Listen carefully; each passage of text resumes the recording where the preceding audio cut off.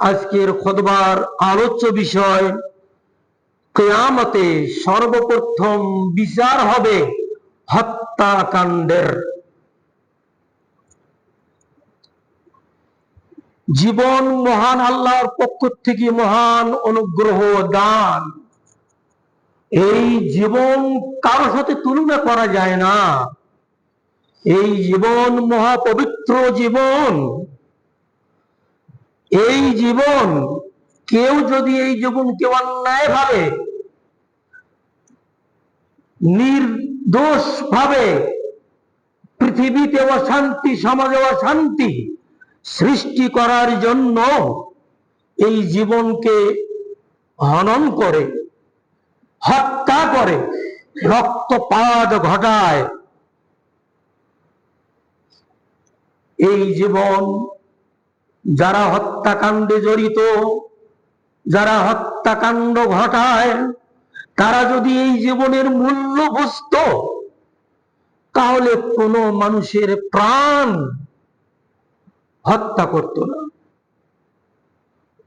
এই একজন হত্যাকারী একজন মানবকে হত্যা করে, শুধু ওই ব্যক্তিকে হত্যা করেই ক্ষান্ত নয়, ওই নিহত ব্যক্তির পরিবারের স্বপ্ন ভেঙে যায়, মা বাবার জীবনে মনে গভীর ক্ষত সৃষ্টি হয়,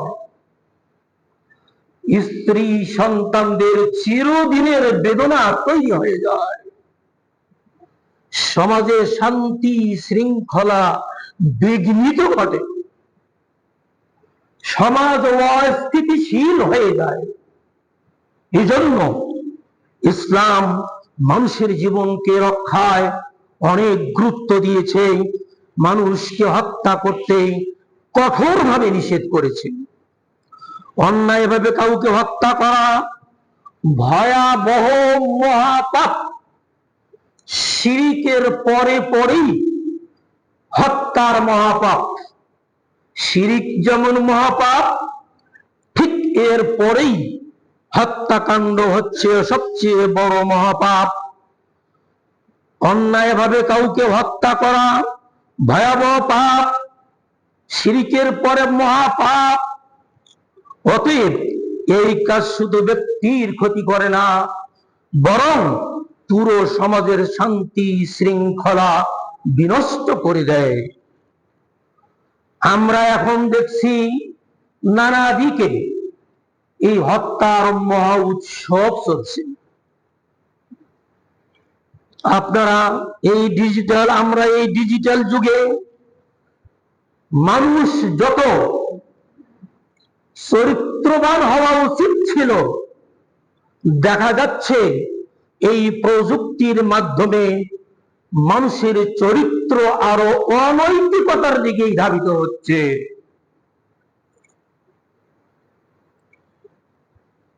অথচ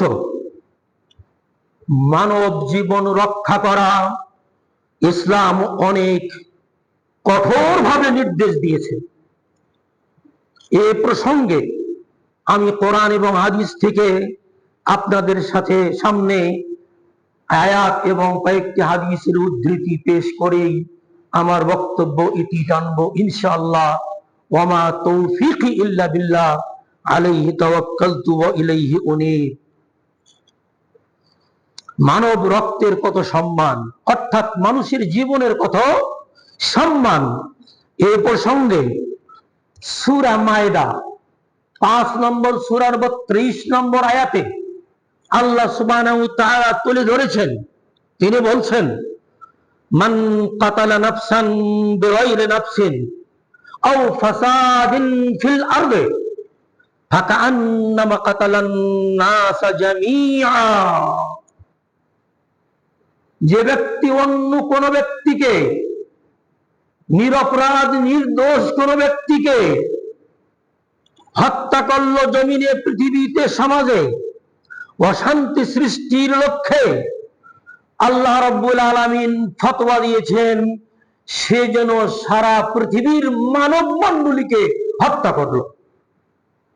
তাহলে আমার প্রাণ সারা পৃথিবীর মানব মণ্ডলীর প্রাণকে হত্যা করার সমতুল্য। কত বড় মহাপাপ!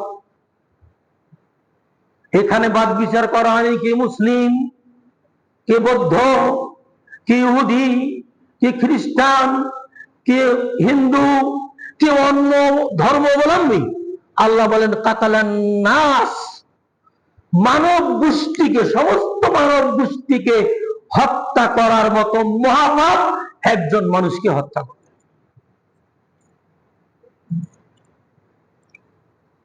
রাসূল সাল্লাল্লাহু আলাইহি ওয়াসাল্লাম বলেছেন, সহিহ মুসলিমের হাদিস, একজন মুমিনের রক্ত সম্পদ অপর মুমিনের জন্য হারাম।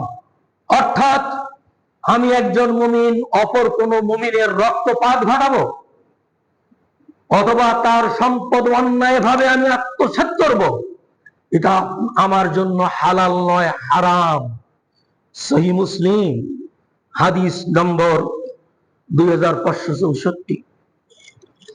বিদায় হজ্জের ভাষণেও মহানবী সাল্লাল্লাহু আলাইহি সাল্লাম বলেছেন, ওহে সাহাবীগণ শুনে রেখো, তোমাদের রক্ত, সম্মান, সম্পদ একে অপরের জন্য এতটাই সম্মানিত যেমন এই দিন, এই মাস এবং এই শহর সম্মানিত। এই শহর বলতে তিনি মক্কা শহরকে বুঝিয়েছেন, ওই মাসকে বলতে তিনি জিলহজ মাসকে বুঝিয়েছেন, ওই দিনকে বলতে তিনি হজের দিন নয়, ওই জিলহজ আরাফাতের মাঠের ভাষণে তিনি ওই দিনকে বুঝিয়েছেন।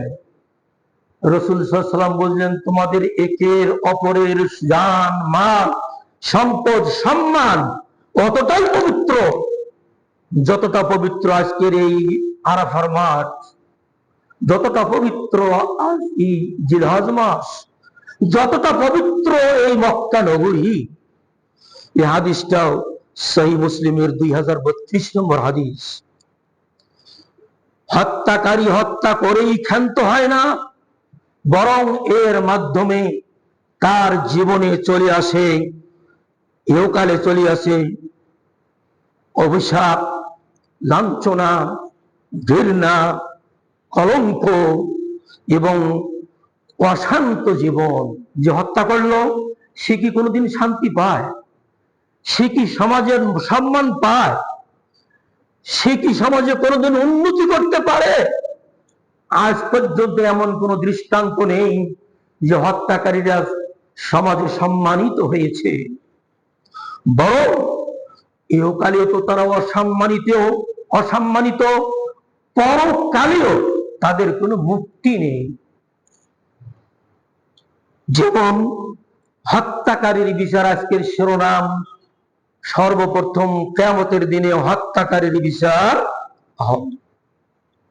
সহিহ বুখারী এবং মুসলিমের হাদিস, عن عبد الله بن مسعود رضي الله تعالى عنه قال قال رسول الله صلى الله عليه وسلم أول ما يقضى بين الناس يوم القيامة في الدماء। আব্দুল্লাহ বিন মাসউদ রাদিয়াল্লাহু তাআলা আনহু তে বর্ণিত, তিনি বলেন রাসূল সাল্লাল্লাহু আলাইহি সাল্লাম বলেছেন, কিয়ামতের দিনে সর্বপ্রথম হত্যার বিচার করা হবে। এখানে প্রশ্ন জাগে, আমরা শুনেছি অন্য হাদিসে বর্ণিত আছে কিয়ামতের দিন সর্বপ্রথম সালাতের বিচার হবে, সালাতের হিসাব নেওয়া হবে। এটাও সহিহ হাদিস। এই দুই হাদিসের মধ্যে দ্বন্দ্ব দেখা গেলে আপাতত আসলে এর মধ্যে কোনো দ্বন্দ্ব নেই, কারণ সালাত আল্লাহর হক সংশ্লিষ্ট বিষয়, আর আল্লাহর হক সংশ্লিষ্ট বিষয়ের ব্যাপারে সর্বপ্রথম সালাতের হিসাব হবে। আর হত্যা হচ্ছে বান্দার হক সংশ্লিষ্ট বিষয়। বান্দার হক সংশ্লিষ্ট বিষয় যতগুলি আছে এর মধ্যে সর্বপ্রথম বিচার হবে কার? হত্যাকাণ্ডের। অতএব এই হাদিস থেকেও জানা গেল যে হত্যাকারী বিচার সর্বপ্রথম মানুষের হক হিসেবে। যত হক নষ্ট করেছেন, টাকা দেন নাই, কর্জ নিয়েছেন, ধার নিয়েছেন, দেন নাই। জুলুম করেছেন, জমি দিতে চেয়েছেন, দেন নাই।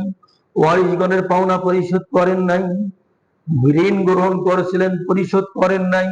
এই যে যতগুলি হক আমরা নষ্ট করেছি, আপনি নষ্ট করেছেন, এর মধ্যে সর্বপ্রথম রক্ত হত্যাকাণ্ডের বিচার আল্লাহ রাব্বুল আলামিন সর্বপ্রথম করবেন। নিহত ব্যক্তি কিয়ামতের দিনে হত্যাকারীর চুল, কপালের চুল এবং মাথা ধরে আল্লাহর দরবারে উপস্থিত করবে। আজকের সমাজ হত্যাকারীকে পাকড়াও করতে পারছে না বিভিন্ন কারণে। মূল হত্যাকারীরা ধরা ছোঁয়ার বাইরে, যারা পাতি ছাতি ইত্যাদি, তাদেরকে ধরে নিয়ে এসে কিছু লঘু শাস্তি দিয়ে বাস এটাকে ধামাচাপা দেওয়ার পায়ে তারা চলছে। বর্তমান সমাজের দৃশ্যপটে আমরা এটাই দেখছি। দুনিয়াতে বিচার না হলে কি হবে? আল্লাহ রাব্বুল আলামিন জানেন কিয়ামতের দিন তিনি এর বিচার করবেন। সেজন্য নিহত ব্যক্তি, আমি নিহত হয়েছি, এই নিহত ব্যক্তি হত্যাকারীর কপালের চুল ধরে মাথা টেনে ধরে আল্লাহর দরবারে উপস্থিত করবে। যেমন তিরমিজির একটি সহিহ হাদিস, আন ইবনে আব্বাস রাদিয়াল্লাহু তাআলা আনহু আনিন নবী সাল্লাল্লাহু আলাইহি ওয়াসাল্লাম قال يجيء المقتول بالقاتل يوم القيامة ناصيته ورأسه بيده وأوداجه تشخب دما يقول يا رب هذا قتلني حتى يدنيه من العرش। হাদিস তিরমিজি, সনদ সহিহ, হাদিস নম্বর 3029। তাহকিক যে মিশকাত বের হয়েছে, এই মিশকাতের আপনার পঞ্চম খণ্ডের 425 থেকে 426 পৃষ্ঠা বের করে দেখবেন। অর্থ হচ্ছে, আব্দুল্লাহ বিন আব্বাস রাদিয়াল্লাহু তাআলা আনহু নবী থেকে বর্ণনা করেন, রাসূল নবী সাল্লাল্লাহু আলাইহি ওয়াসাল্লাম বলেছেন, নিহত ব্যক্তি হত্যাকারীকে কিয়ামতের দিন কপালের চুল এবং মাথা ধরে আল্লাহর দরবারে উপস্থিত করবে এমন অবস্থায় যখন তার ঘাড়ের রগ থেকে রক্ত ঝরতেছে। নিহত ব্যক্তির ঘাড়ের রগ থেকে রক্ত ঝরছে। হত্যাকারীকে এভাবে ধরে এনে আল্লাহর দরবারে উপস্থিত করবে। ইয়াকুলু, সে বলতে থাকবে, নিহত ব্যক্তি বলতে থাকবে, ইয়া রাব্বি, হে আমার রব, দুনিয়ার শাসন ব্যবস্থা আমার বিচার করতে পারে নাই, আপনি আজকে হকের হাকিম, হক বিচারক। এই ব্যক্তি হাজা কাতালানি, এই লোকটাই আমাকে হত্যা করেছে। পুলিশ, র‍্যাব, সেনাবাহিনী, অন্যান্য প্রশাসন একে ধরতে পারেনি, আজকে আমি একে ধরে আপনার কাছে নিয়ে আসছি। হাত্তা ইউদনিহি মিনাল আরশ, এভাবে টেনে হেসড়ে তাকে নিয়ে যেতে যেতে আল্লাহর আরশের কাছে নিয়ে যাবে। তাহলে দুনিয়াতে যদি বিচার না হয়, আর বিচার হলেও যদি কাউকে হত্যা করা হয় ভেবে অন্যায় ভাবে, ওদিনই কিন্তু কোনো রেহাই নাই। হত্যাকারী বা জালেমের সমস্ত আমল নিষ্ফল হবে। আমি যদি কাউকে অন্যায় ভাবে সমাজে অশান্তির সৃষ্টির জন্য কাউকে হত্যা করি, তাহলে আমার এতদিনকার ইমামতি, এতদিনের হজ ওমরা, এতদিনের আমার সালাত, সিয়াম, কিয়াম সব নিষ্ফল হয়ে যাবে, কোনো কাজে আসবে না। বলতে পারেন আজকে যারা রাজনৈতিক বড় বড় নেতা, যারা বড় বড় দলের লিডার, তারা কতবার হজ করতেছেন, কত টাকা দান খয়রাত করতেছেন, কত গরিবের সেবা করতেছেন, কত মুমূর্ষু রোগীর চিকিৎসা করতেছেন, কত ভালো ভালো কাজ করতেছেন। সাথে সাথে এগুলিও বোঝেন তো, এগুলি বলতে কি বুঝে না, ওই আমলগুলি কিয়ামতের দিন কি হবে? নিষ্ফল হবে, কোনো ফল পাওয়া যাবে না। এ ব্যাপারে সহিহ বুখারীর একটি হাদিস আমি তুলে ধরছি। আন আবি হুরায়রা রাদিয়াল্লাহু তাআলা আনহু قال আন্না রাসূলুল্লাহ সাল্লাল্লাহু আলাইহি ওয়াসাল্লাম قال মান কানাত ইনদাহু মাজলামাতুন লিআখিহি ফালিয়াতাহাল্লাল মিনহা ফাইন্নাহু লাইসা সাম্মা দিনারুন ওয়ালা দিরহামুন মিন ক্বাবলি আন ইউখাযা লিআখিহি মিন হাসানাতিহি ফাইন লাম ইয়াকুন লাহু হাসানাত উখিযা মিন সাইয়্যাতি আখিহি ফাতুরিহাত আলাইহি। রাহুল বুখারী, হাদিস নম্বর 6534। আবু হুরায়রা থেকে বর্ণিত, তিনি বলেন রাসূল সাল্লাল্লাহু আলাইহি সাল্লাম বলেছেন,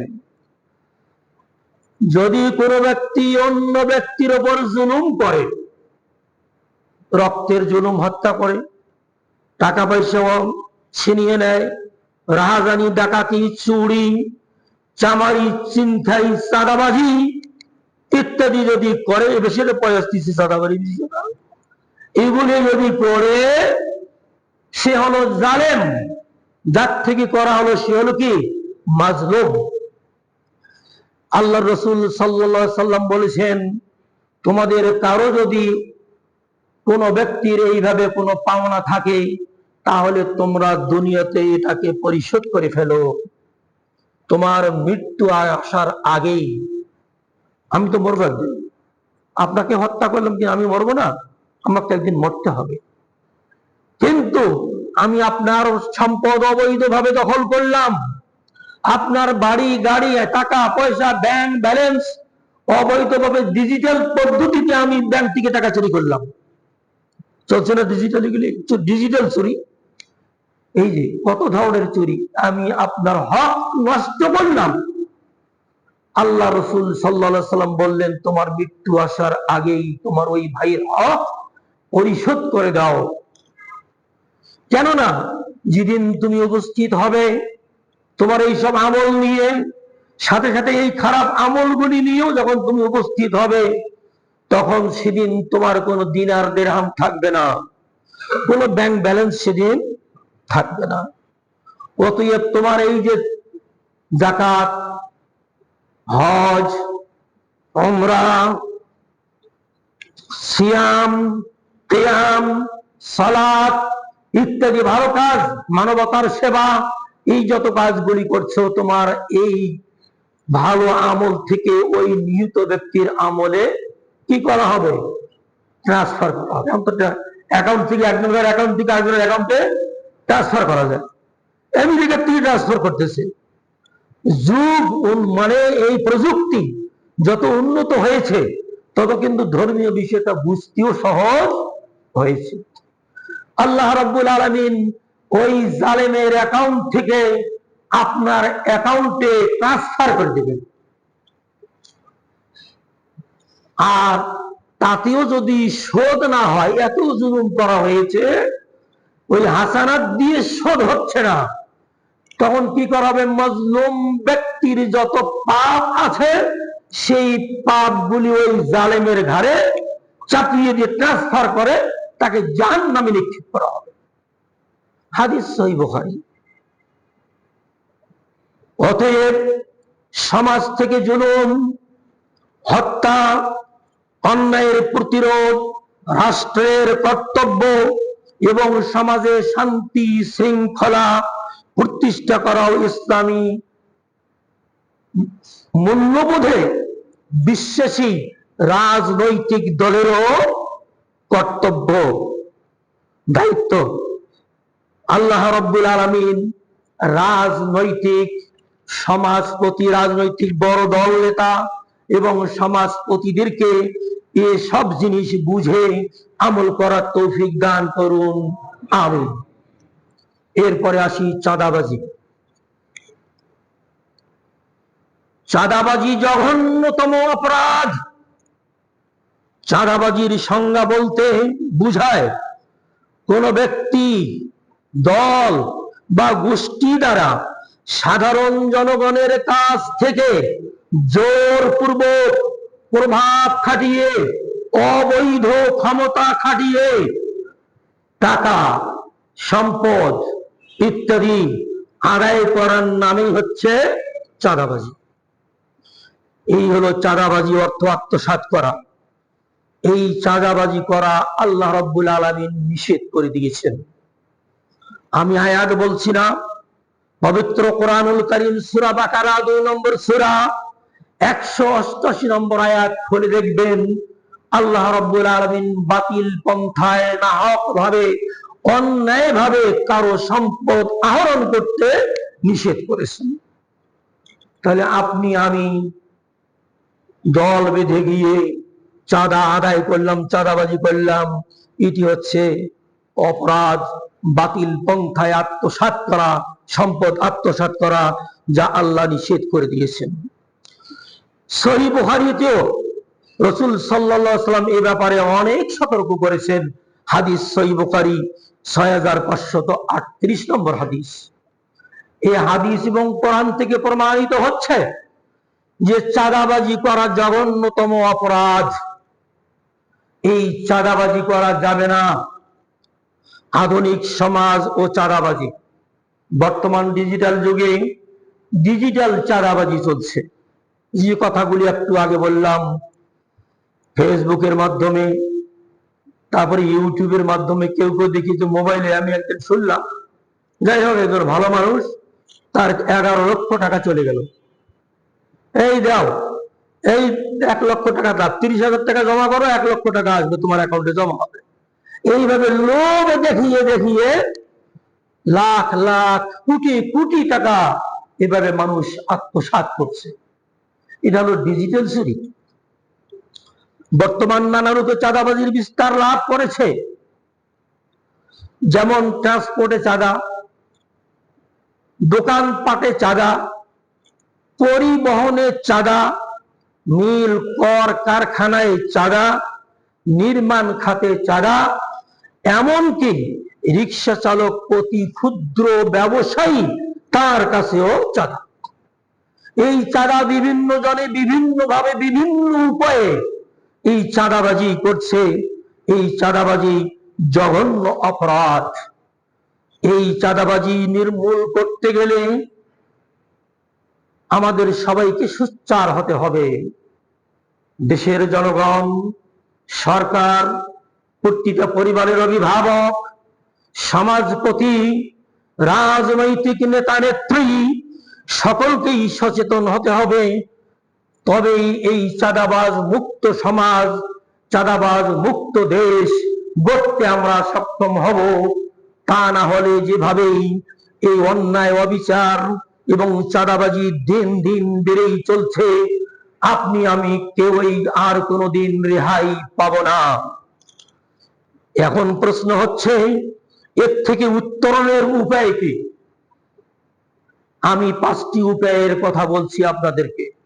এটা যদি বাস্তবায়ন করতে পারি, তাহলে চাঁদাবাজি চিরতরে নির্মূল হবে।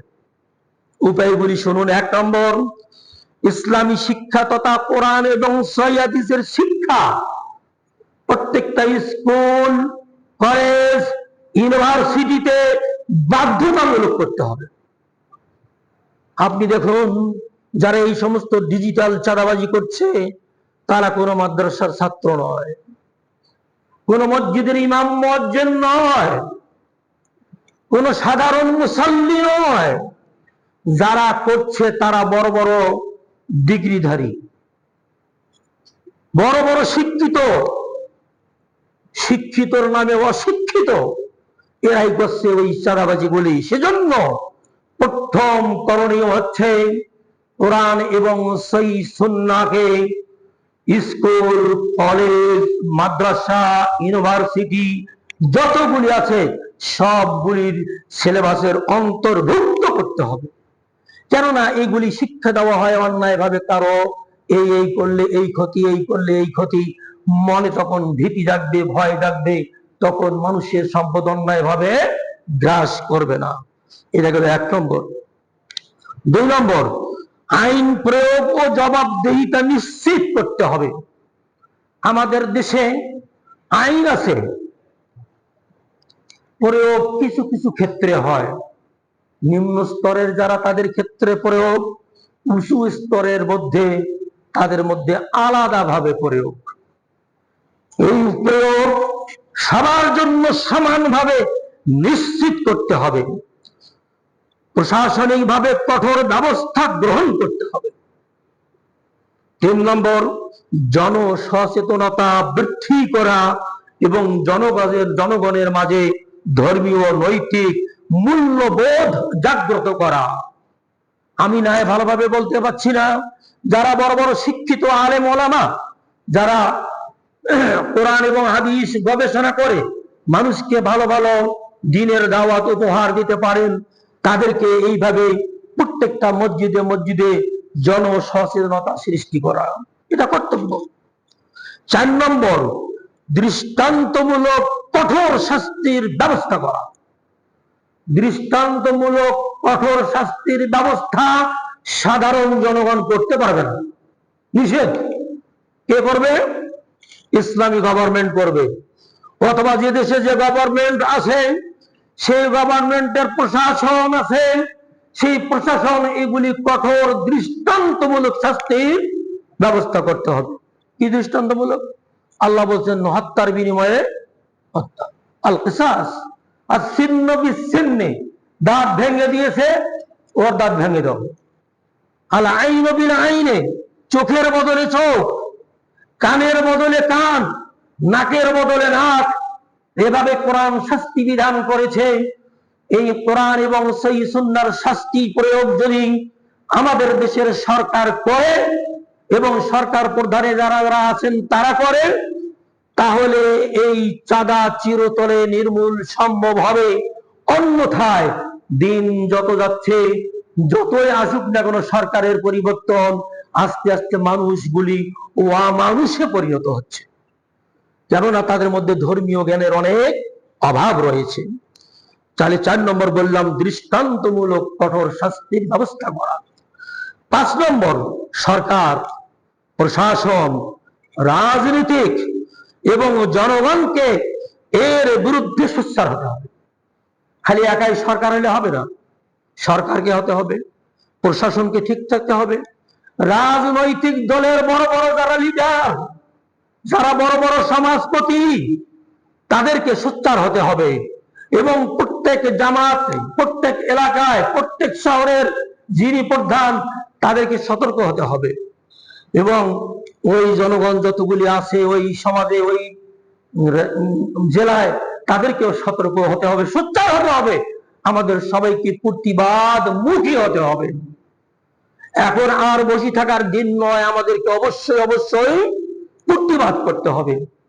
এই ছিনতাইকারী, চাঁদাবাজি, হত্যাকারী, উচ্ছৃঙ্খলা সৃষ্টিকারীর সংখ্যা বেশি নয়, ওর সংখ্যা অত্যন্ত কম। দেখলেন না, এই বিভিন্ন প্রচারগুলো আমরা যা দেখলাম, দিনে দিনে দুপুরে হত্যা করা হচ্ছে, চতুর্দিকে জনগণ তাকিয়ে দেখছে, কেউ প্রতিবাদ করে না। একটা ইমানি জোশ যদি থাকতো, এই 10 জন মুসলিম মুমিন আছেন, মুসলিম মুমিন নয় যে ধর্মেরই লোক হোক না কেন, একটা প্রাণ রক্ষা করা মানে সারা মানুষের প্রাণ রক্ষা করা, সমস্ত মানুষের প্রাণ রক্ষা করা। একটা প্রাণ হনন করা মানে সারা পৃথিবীর মানুষের প্রাণ হনন করা।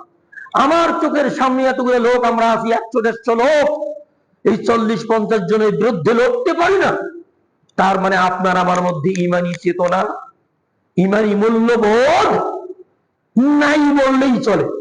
শুধু কপালে দাগ ফেলছি, বারবার হজ করছি, উমরা করছি, দান সাদাকা করছি, মসজিদের পর মসজিদ তৈরি করছি, মাদ্রাসার পর মাদ্রাসা নির্মাণ করছি, জনকল্যাণমূলক কাজ করছি, কিন্তু অন্যায়ের কোনো প্রতিবাদ করছি না। এভাবে বসে থাকা যাবে না, অবশ্যই জনগণকে সোচ্চার হতে হবে। তাহলে সরকার, প্রশাসন এবং রাজনৈতিক দল আর সাধারণ জনগণ সবাইকে সোচ্চার হতে হবে। তাহলে আমাদের দেশ, আমাদের সমাজ চাঁদা মুক্ত হবে, আমাদের দেশ, আমাদের সমাজ হত্যা মুক্ত হবে, আমাদের দেশ, আমাদের সমাজ স্থিতিশীল হবে, শান্তি শৃঙ্খলা ফিরে আসবে। অন্যথায় শান্তি শৃঙ্খলা ফিরে আসার কোনো লক্ষ্য নেই। আল্লাহ রাব্বুল আলামিন আমাদের সকলকেই এইসব অন্যায় অত্যাচারের বিরুদ্ধে ঈমানী শক্তিতে বলীয়ান হয়ে প্রতিরোধ ব্যবস্থা গ্রহণ করার তৌফিক দান করুন। আমিন। আকুলু কওলি হাযা আস্তাগফিরুল্লাহ লি ওয়া লাকুম ওয়া লিসাইরিল মুসলিমিন। বারাকাল্লাহু লাকুম বিল কুরআনিল আযীম ওয়া নাফা'না ওয়া ইয়্যাকুম বিল আয়াতি ওয়া যিকরিল হাকীম। ইন্নাহু তাআলা জাওয়াদুল কারীম মালিকুর রহিম।